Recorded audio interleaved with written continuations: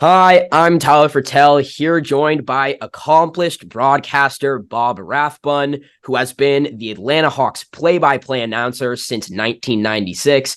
Mr. Rathbun, thank you very, very much for joining me here today. Tyler, thank you. Bob, please. Mr. Rathbun's my father. And I want to get started here, just giving you the opportunity to really introduce yourself to the audience, maybe talk a little bit about your background and how you got to the place you are today. Sure. I grew up in a small town in North Carolina about 2,000 years ago.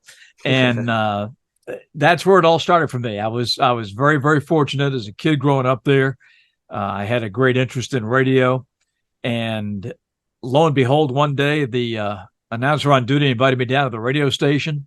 That led to a meeting with the sportscaster. He wanted me to help him, keep stats and hang with him at the ballpark. And when I was 12 years old, he gave me a chance to broadcast a half an inning of a baseball game, and that's how it all started for me. And I've been at it ever since. I was full-time when I was 19. I was a sophomore in college, and I worked full-time and went to school full-time and had an absolute blast and have been at it ever since. Mm-hmm. And as you just talked about, you said you had your first really experience with sports broadcasting at 12 years old. And I also read that you, like you said, did apprenticeships throughout your teenage years in college and then in minor league baseball following college that really all prepared you for your eventual gig in your professional career. And so you talked quickly about right there about how it all kind of led to you have this interest and everything led to potentially getting into that in the future. So what did those experiences gradually teach you and help motivate you to really be as you got into the sports industry? Yeah. Of course, you got to remember, Tyler, it was a different time. This is late 60s, early 70s. You did not have the explosion of media like you have it today. Your little town had a radio station. There were like 7 TV stations you could get over the air. Cable had not been invented. The internet had not been invented. You didn't have any of this stuff.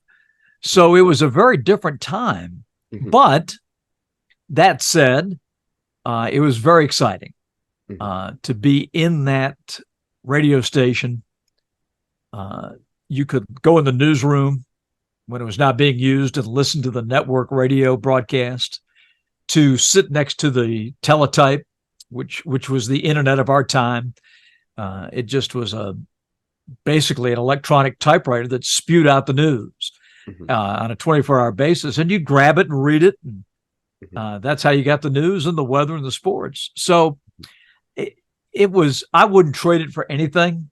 It was so much fun. But I think it all kind of layers on top of itself as you build your resume. I got into TV at the explosion of cable television and the regional sports networks. And, that was sort of the next step. So I wouldn't say it was linear by any means. You just sort of take the opportunities as they come and try to do the most with them. I think doing a little bit of everything at a young age really helps. I did the news, I disc jockeyed, I did just about everything you could do at that station. Mm-hmm. And I just think it makes you a better sportscaster. It's all storytelling and it just gives you another chance to broaden your horizons. A lot of people aren't sports fans. And so you've got to be able to connect with them too. And you could do that at different stages at your experience level. And so it all sort of rolls into one. I wouldn't say, if you do A, then you get B. And if you do B, then you get C. That doesn't really work that way. Mm-hmm. And you said that when you really found this interest for journalism and broadcasting at that younger age, when cable television didn't really exist. So were you just trying to see where sports could take you in that time and just not really knowing where you wanted to go? Or was it like, I have this planned out idea of what I want my future to be? Yeah, not really. I would say that all of us back then obviously Major League Broadcasting was the ultimate goal.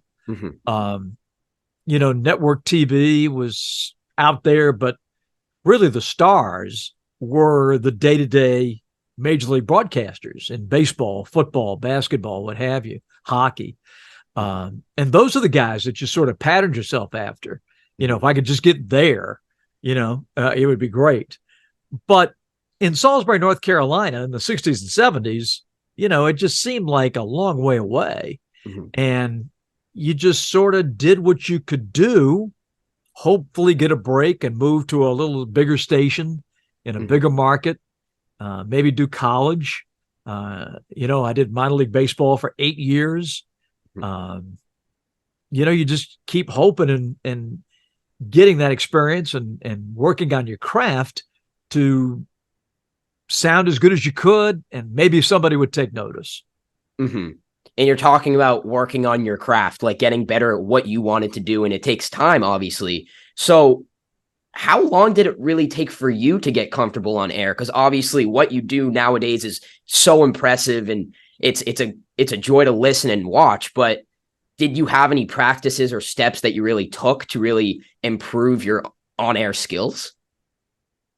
There were several things that happened, Tyler, when I was growing up that I look back on now and was so fortunate.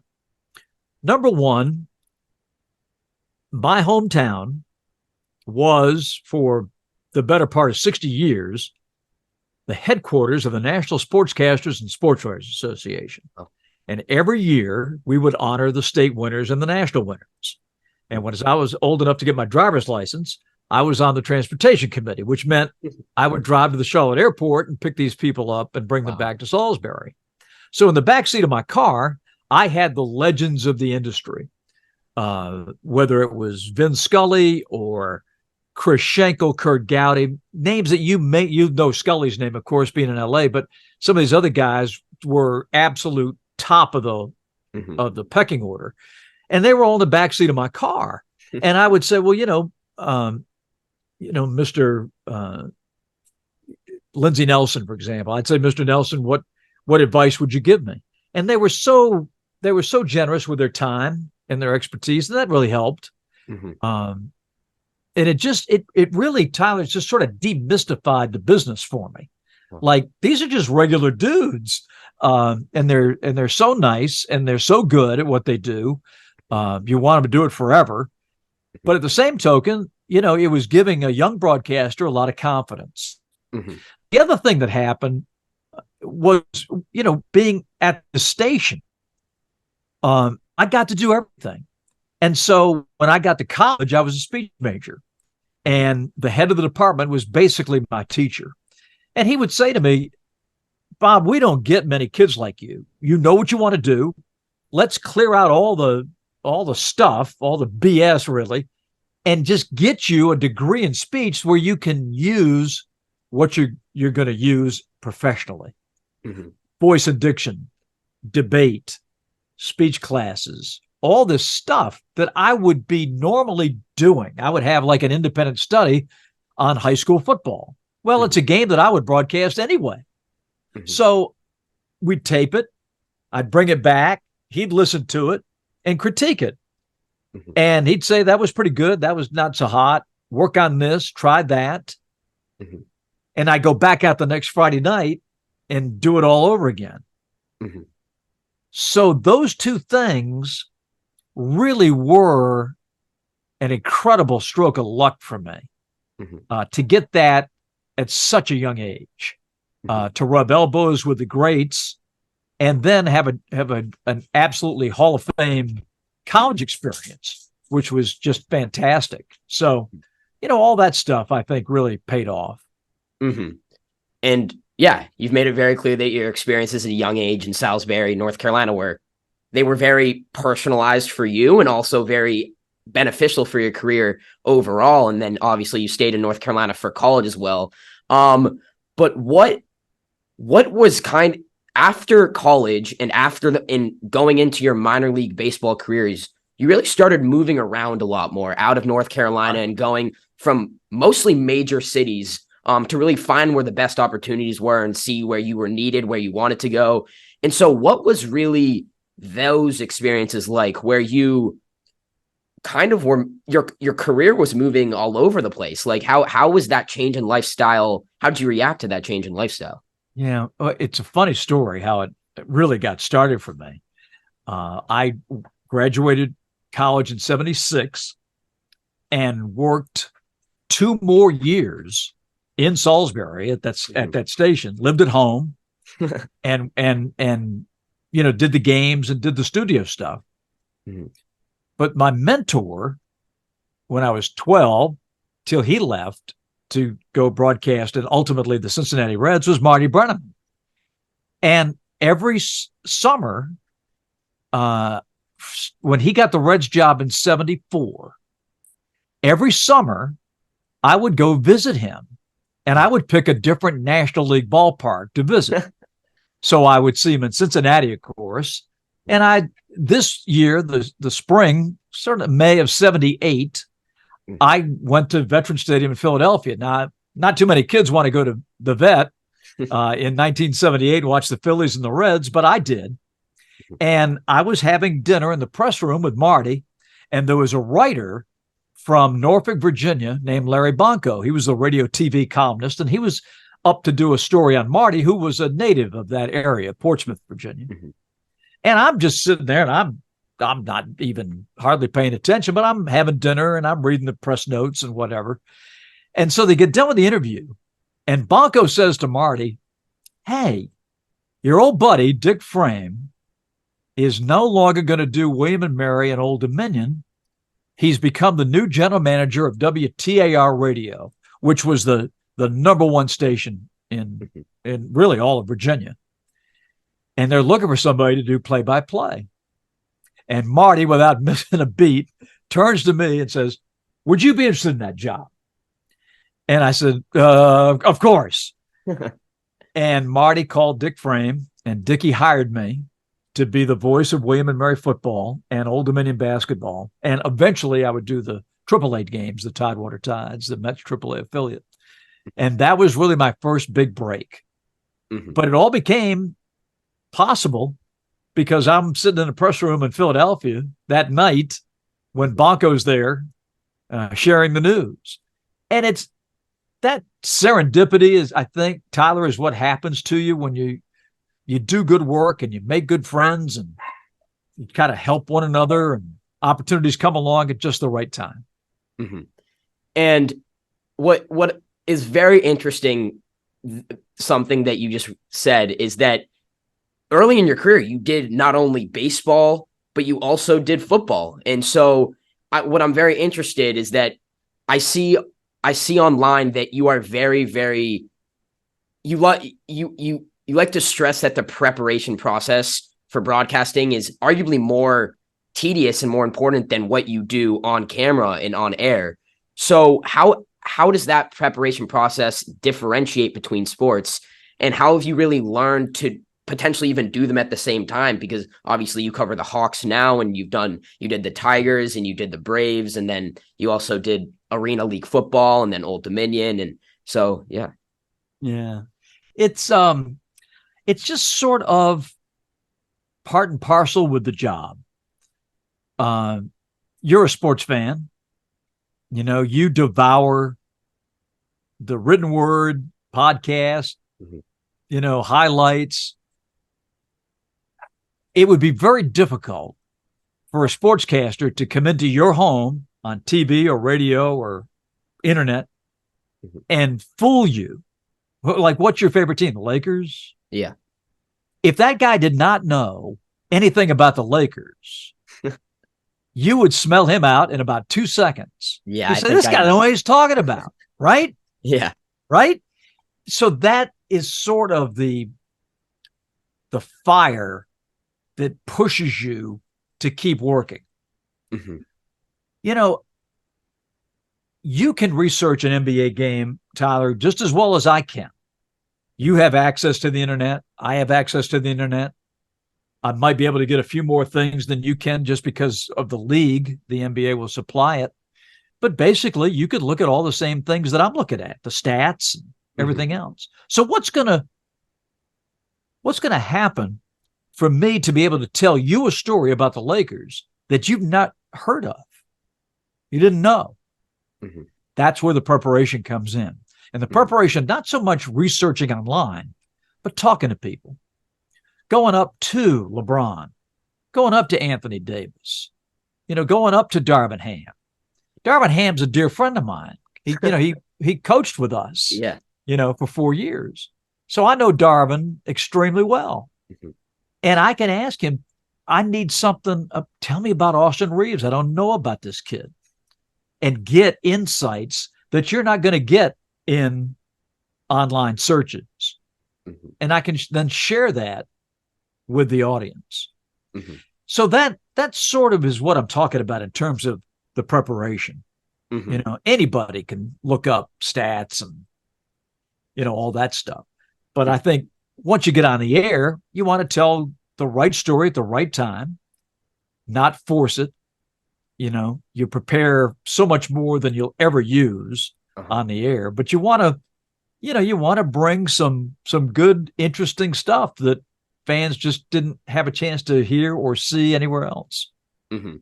And you just explained that kind of idea of wanting to way over prepare rather than way under prepare, because you want to be informative and informative for your listeners. Tyler, you don't know what you're going to need when you're going to need it. And that covers a whole lot of stuff. If somebody gets hurt and the third string point guard checks in and, if you had the attitude, well, he's not going to play, I won't have to research him. Bingo. He might be the star of the game that night. So you got to be ready for all eventualities. And that's why you, quote unquote, over prepare. I don't use that term. I just call it preparation. There's no such thing as over preparing, because there's always another article to read. There's always more tape to watch. But I think if you do the best you can with the time you have, and then just let it fly when you get on the air. And for something like football, it's games usually once a week, maybe even more spread out based off of the time of the week. But for sports like baseball and basketball, it's potentially daily or every other day. So how does the time frame of each sport's preparation kind of compare? Because you have to probably start a little bit more ahead of the time with the NBA and MLB, just because you have to get it in quicker, right? I in the NBA, I try to work 2 weeks in advance. So I can look at the next 2 weeks, next 14 days, and see that we've got 6 games, 7 games. And I'll start lining up the teams, and I will start watching and recording and taking notes and getting everything ready a little bit on each team over that rolling 2 weeks. So if we say have a back-to-back, and let's say we play the Lakers on Friday and the Clippers on Saturday, the Clipper game doesn't get short shrift. Like I've spent just as much time, but I've been working on it for 2 weeks. So that's the key in Major League sports, whether it's baseball, hockey, basketball, is to keep it fresh. No 2 games are the same. Tonight's Dodger game is going to be different from yesterday's Dodger game. So you got to be ready for that. The starting pitchers change. It's a whole nother canvas. And that's sort of what drives you. Have you ever had, because of this ever-changing kind of setting of sports, I mean, there can always be the last minute, someone's out, or because they had an injury in the shoot around or practice or whatever it is. Do you set a deadline for yourself, like an hour before the game, where this is what I want to do, and I'm going to make sure that this is what I cover? Or can it sometimes go down to literally the last minute before you're on air? Yeah, sometimes. It's rare, but I don't ever worry about the guys that don't play. I'm more worried about the guys that do play. And rarely are they going to make a last minute change with somebody you've never heard of. I mean, in the major leagues, that just doesn't really happen. Now, they may get there the next day. If they call a guy up from AAA, he's not going to get there in time for that night's game, but he will be there tomorrow. So you've got to be ready when he shows up. And basketball, we don't really have situations like that. Yeah, I guess. It's more of, well, this guy's not going to play tonight, or this is a load management night and he's not going to play. So, you just take him off your card. That doesn't bother me. Uh-huh. And I want to get a little bit more into the NBA because that is what you've been doing for a majority of your recent career. And I want to start off just talking more about your journey to Atlanta. So obviously you've gone from stop to stop after your really childhood and upbringing in North Carolina. What really brought you to Atlanta? Did you have a connection there that really helped you get your foot in the door there? Was it just kind of like they were impressed with your work? What went on there? I did. I'd love to say that they just, fell in love with what I did. But it's funny. It was a guy that I broadcast ACC basketball games for 35 years. And one of my producers was a gentleman named Steve Craddock.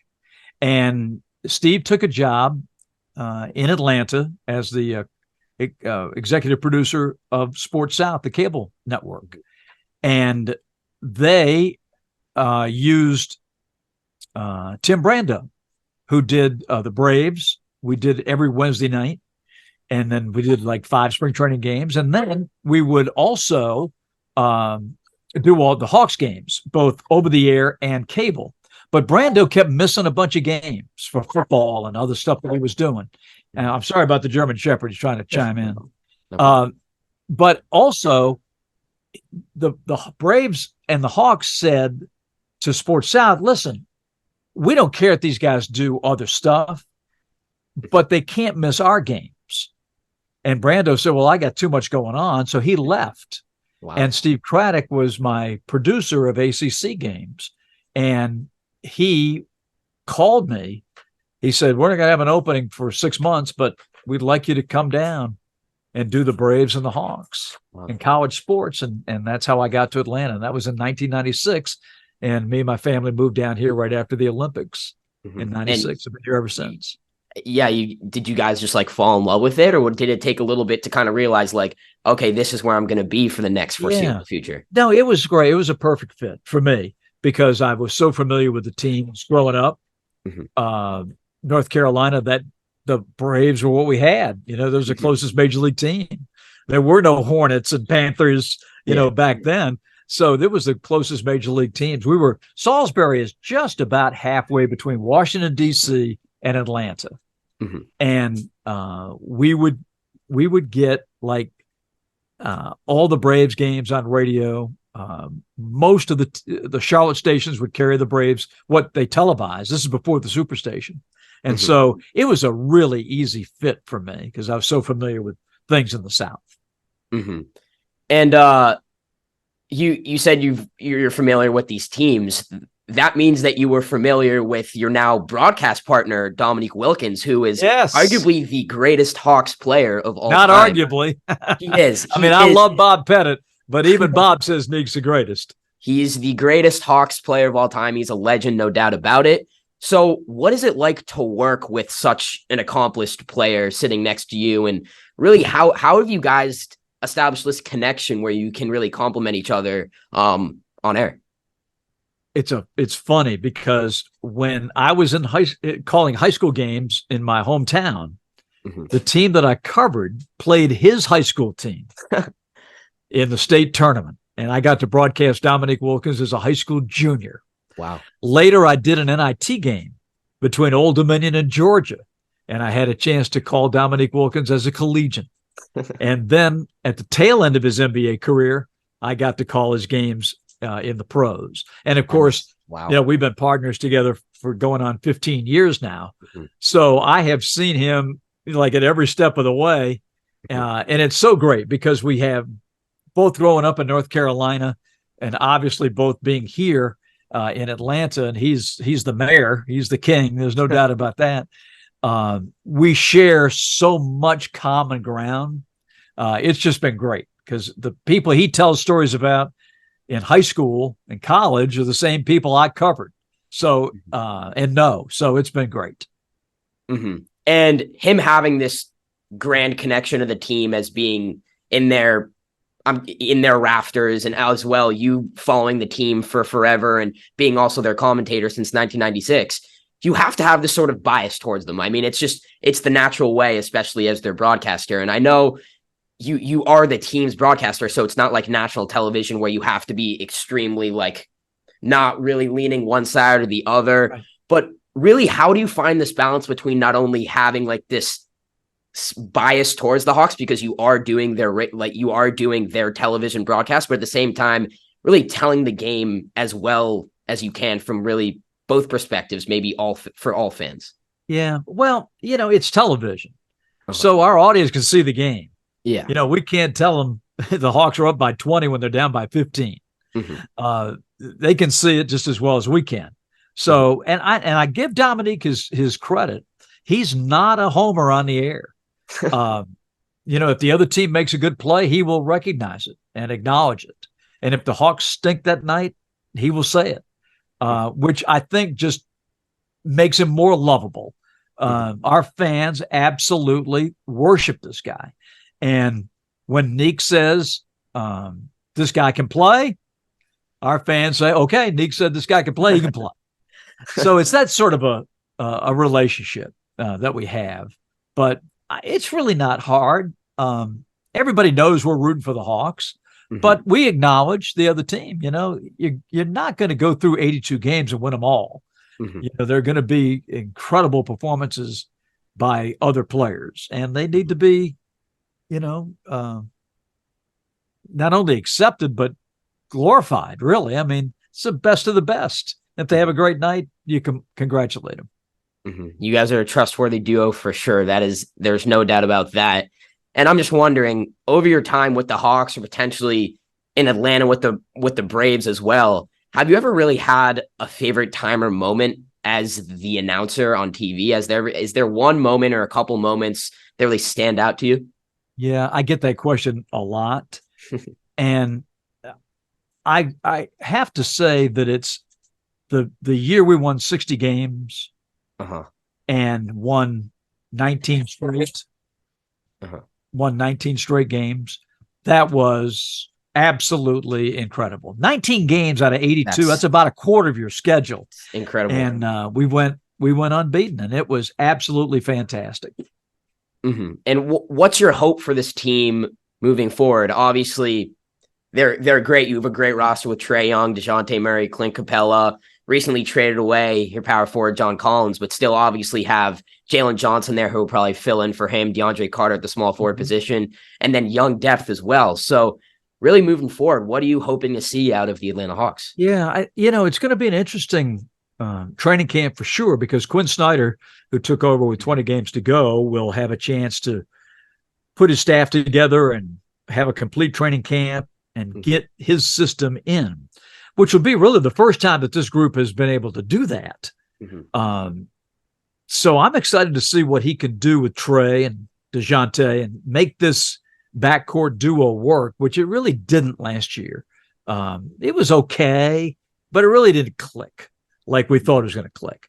So give Quinn the summer to try to figure it out, see what he can come up with, put on his lab coat and get in the back and see what he can start mixing things and see what he can come up with. But I think that's the big question for us coming up is, how is this team going to take basically the same parts and be better or different with the new coach? So I think that's what we got to look forward to over the next couple of months. And I want to go a little bit back to the whole broadcasting thing for you. And it's before you got the Atlanta jobs, you spent some time as the announcer for the Detroit Tigers from 1992 to 1994. And it may not have been your best experience as a broadcaster. It seemed like a challenging time for you. And so I was just wondering how you used that period to better yourself moving into the future when you eventually went to Atlanta, or what you really learned from that. Great question. It was a nightmare. Me and my partner, Rick Riz, who is the voice of the Seattle Mariners on radio, we spent 3 years there, and it was never easy. It was never enjoyable. Thank God we had Sparky Anderson and a great coaching staff and some great people behind us. Mm-hmm. But the reaction from the media and from some of the fans, not all, some of the fans, was just almost too much to bear. I don't know how much you know about the situation, but we replaced two guys that were legends and were friends of ours before we took the job, Ernie Harwell and Paul Carey. And Ernie obviously is a legendary voice. And, we had nothing to do with their departure, which is so crazy. But we were painted as Bolsheviks. How dare you come in here and take these jobs? It's like, dude, all we did was apply for an open job. And we just got crucified because we were generations apart. Rick and I were in our late 30s. Ernie's in his 70s. Paul was retiring. I think he was in his late 60s. So there was a generational gap, and it just sounded different. Everything that they were used to with those two had been doing it forever, went out the window in one year, and they did not want change. And that is what made it just a living hell for both of us. And you asked what I learned. Number one, be careful what you wish for.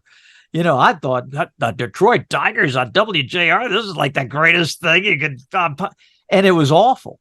It was just every day you wake up and you hated to open the newspaper. Now, you don't have to worry about that, Tyler, anymore, because newspapers going away.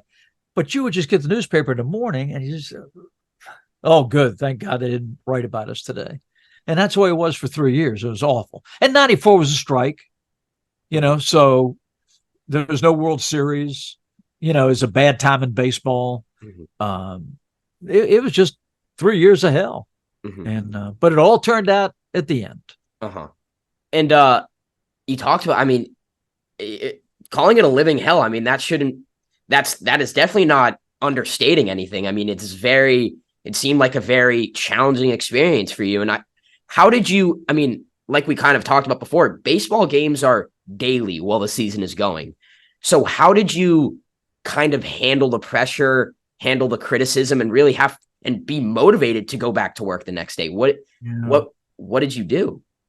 Well, I'd like to say we handled it well, and I think we did. As I listened back to old tapes of the games, it sounded better. People didn't know what we were going through, which is good. That's a good thing.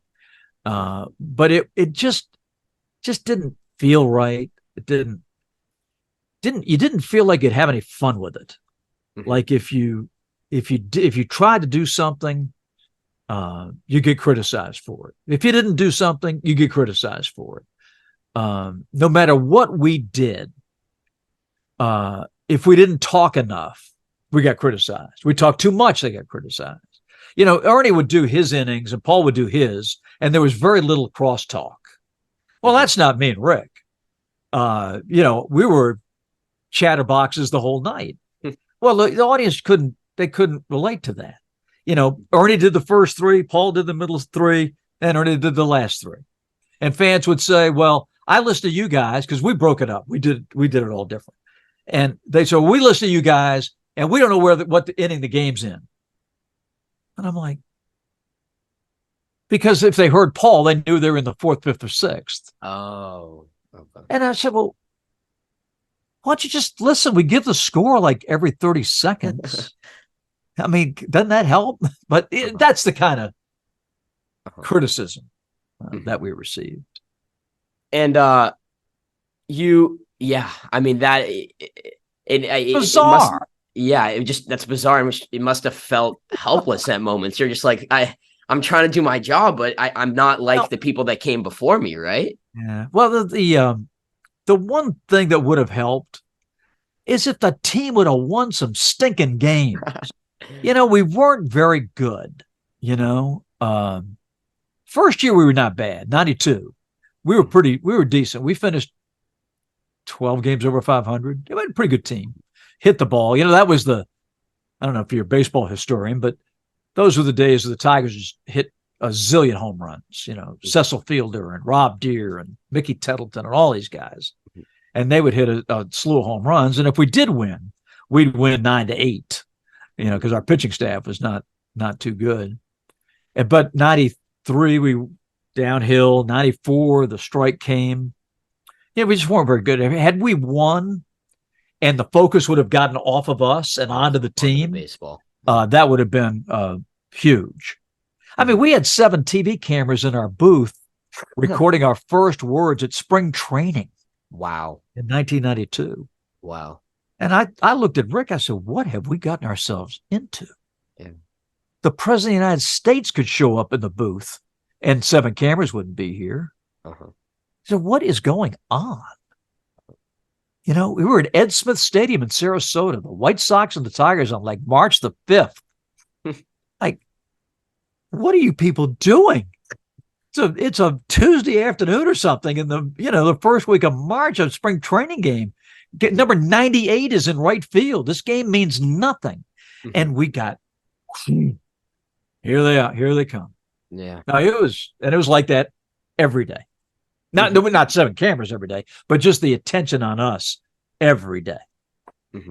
And so following the end to that stint with the Tigers in 1994, between that and then your eventual hiring in Atlanta in 1996, what did you really do to not necessarily re-strengthen your reputation, but just continue doing your craft so when that next opportunity came, you'd be ready? Yeah, well, I still did my college basketball that I continued to do. The Richmond Braves let me come up and work some games. Because I sort of knew that I would get this job. If the Hawks gave it their blessing, which they obviously did, and Craddock seemed confident that it was going to work out. So I started taking notes on the Braves.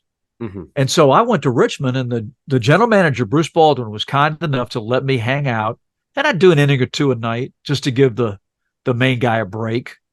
And I'd do an inning or 2 to stay sharp. But mainly I got to know the Braves personnel. And that really helped me. That was the summer of 95 and 96. In 95, I did the College World Series for ESPN. Oh, wow. Wow. So that was great. And around that time, you started or wrote your book, The Fast Forward Winner. And so maybe I want to give you the opportunity to really explain the background behind that book, what motivated you to write it, and what that book is it for any listener that wants to sure. And well, me who want to go out and really get that. Thank you for asking. I've been asked, as you can imagine, a million times, how do I get started? How do I do what you do? How do I get into this business? And I finally said, you know what? I'm just going to codify it here. And this was basically my story. These are the things that I went through to get where I am. Doesn't necessarily mean if you follow them, you'll get to where I am or something like that. But I think as a boilerplate for you as a young person, male or female, to take a dream, something you want to do, and chase it, I think these are 6 steps that'll get you there. And the first 3 are the inward 3. Don't tell anybody. Work on it first. Find out what you're good at. Find out what you can make money doing. All those things. Don't tell anybody yet. And then when you do decide, get some positive feedback from somebody, whether you're dancing, acting, broadcasting, whatever. Get some feedback for some pros that can help you. And then tell the world this is what you want to do. And then make your adjustments, whether it's voice or prep or, whatever it takes you to get there. It's if you read it, it's basically my story, what I went through. And the Detroit is a big part of that. And very happy to share it with anyone that wants to read it. But that's basically what it is. And But you could do it. It really, I've gotten a lot of feedback from veterans who are leaving the military and trying to get back into the workforce to do a job or create a business. They found that to be very helpful. So that's awesome. Just happy to help. Yeah. And obviously you have the book that provides very meaningful advice, not only for sports, but just like you said, for people overall that are really motivated to get involved in a certain realm of work. But to kind of conclude here, I wanted to see if you have any advice for someone who's specifically looking to get into sports journalism, whether that's broadcasting, whether that is reporting, whether that is anchoring, really whatever that is. And you obviously are more specialized in the broadcasting aspect. So I wanted to give you the opportunity to maybe give some overall advice to someone very interested in sports and who's motivated to do that. Yeah. Two things, but it will take you a lifetime to master. Learn how to write well and learn how to speak well. If you do those two things, you are unstoppable. I wrote for the newspaper when I was growing up. It taught me the journalistic side of the business. I covered my high school team. I wrote game stories. I worked in mock-up. I did the agate page. I did it all. It was great, a great experience. At the same time, I'm working at the radio station where I'm getting the broadcast journalism side. Okay. So learn how to write well and then learn how to speak well. Take your tapes, listen to your voice, listen to your storytelling ability. If you need work on your voice, get some help. Get to a voice coach. Get to speech and diction. Get on stage. That was one of the things that I did at Catawba. It was funny. Carl Hales was my professor, and he would get on stage with me with a piano. And he would say, give me the highest note you can reach without slipping into falsetto, and give me the lowest note you can hit. And he would find the middle note of that range on the piano. And he said, you hit this note. This is where it all goes from. The highs and the lows come back to this midpoint right here. So figure that out about yourself. If this is something that you want to do, learn how to speak in public. It's very different speaking to people because you get instantaneous feedback with how you're doing. Yeah. Because the guy in the front row is falling asleep, you're not being very effective. But if you can, reach them with eye contact and great words and great stories, then you can be very persuasive in front of a camera.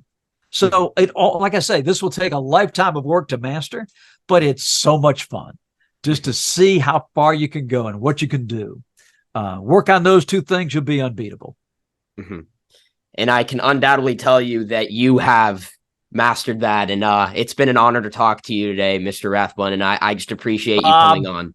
Bob, sorry. It's been an honor to talk to you today, Bob. And very good. I just appreciate you coming on and spreading some advice and also just really telling me about yourself and everything. Surely. I'm easy to reach. So for you or anybody that's listening to this today, I encourage you, if you have any questions, please reach out, email, website, you name it. I'm easy to find, and I'd be happy to answer any questions that you might have. Amazing. Perfect. Well, everyone just heard that. So thank you very much for your willingness to really help out everyone, not only me, but just the people at large who are looking to do something like you're doing, like I would will hopefully be doing in the future. And so once again, I appreciate it. And thank you. Well, you are so welcome. You got a great voice, very distinctive. I appreciate that. And you'll do well.